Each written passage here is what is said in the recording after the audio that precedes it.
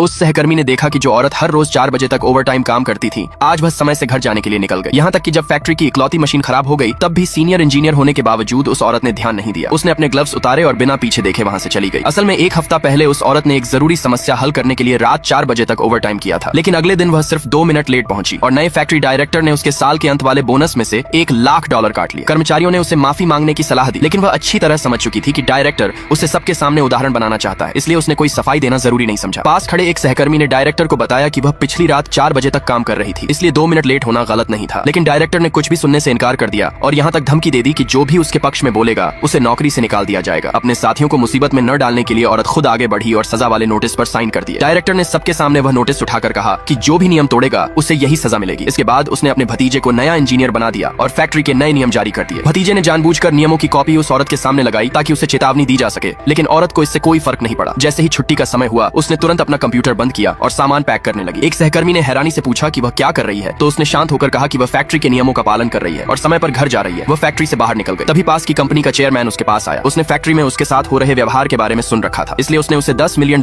सालाना सैलरी पर नौकरी का ऑफर दिया। लेकिन औरत ने यह ऑफर ठुकरा दिया क्योंकि उसका बदला अभी शुरू हुआ था। अगली सुबह वह ठीक 8 बजे फैक्ट्री पहुंची। जैसे ही मशीन चालू की गई, उसमें गंभीर खराबी आ गई और बने हुए सभी प्रोडक्ट्स में दरारें आ गई। किसी को समझ नहीं आया कि समस्या क्या है। डायरेक्टर ने तुरंत उसे मशीन जांचने के लिए बुलाया। जांच करने के बाद उसने बताया कि मशीन को पहले सही तरह एडजस्ट नहीं किया गया था, इसलिए सारे प्रोडक्ट खराब हो गए। सुपरवाइजर ने कहा कि पहले वह रोज 1 घंटा पहले आकर मशीन एडजस्ट करती थी, फिर आज उसने ऐसा क्यों नहीं किया। औरत ने पास लगे नए नियमों की ओर इशारा करते हुए कहा कि मशीन चेक करना और एडजस्ट करना सामान्य काम है और यह नियमित काम के समय में ही होना चाहिए, जबकि उसका काम का समय 8 बजे के बाद शुरू होता है। डायरेक्टर को लगा कि वह निजी बदला ले रही है और गुस्से में उसे नौकरी से निकालना चाहता था। तभी भतीजे ने कहा कि वह भी मशीन एडजस्ट कर सकता है। डायरेक्टर खुश हो गया और बोला कि फैक्ट्री उस औरत के बिना भी चल सकती है। भतीजे ने मशीन एडजस्ट की और डायरेक्टर ने उसे खास तौर पर सीनियर इंजीनियर प्रमोट कर दिया, लेकिन नए बने सभी प्रोडक्ट इंस्पेक्शन में फेल हो गए। मजबूर होकर डायरेक्टर को फिर से उसी औरत को बुलाना पड़ा। उसने आते ही मशीन की असली समस्या पहचान ली। डायरेक्टर ने उसे तुरंत मशीन ठीक करने का आदेश दिया। मशीन ठीक करते समय उसने थर्मामीटर उठाया और एक एक करके माप लेने लगी, क्योंकि नए नियमों के अनुसार औसत निकालना जरूरी था। ये देखकर सुपरवाइजर घबरा गया, क्योंकि इस प्रक्रिया में कम से कम 1 दिन लग सकता था। डायरेक्टर ने गुस्से में उसे जल्दी करने को कहा और धमकी दी कि अगर प्रोडक्शन रुका तो जिम्मेदारी उसी की होगी। लेकिन औरत ने शांत स्वर में कहा कि वह नियमों के अनुसार ही काम कर रही है, वरना उस पर फिर से $1,00,000 का जुर्माना लगाया जा सकता है। डायरेक्टर के पास कोई जवाब नहीं था और वह गुस्से में वहाँ से चला गया। तभी औरत ने घड़ी देखी और जैसे ही छुट्टी का समय हुआ, उसने तुरंत काम रोक दिया और अपने ग्लव्स उतार दिए।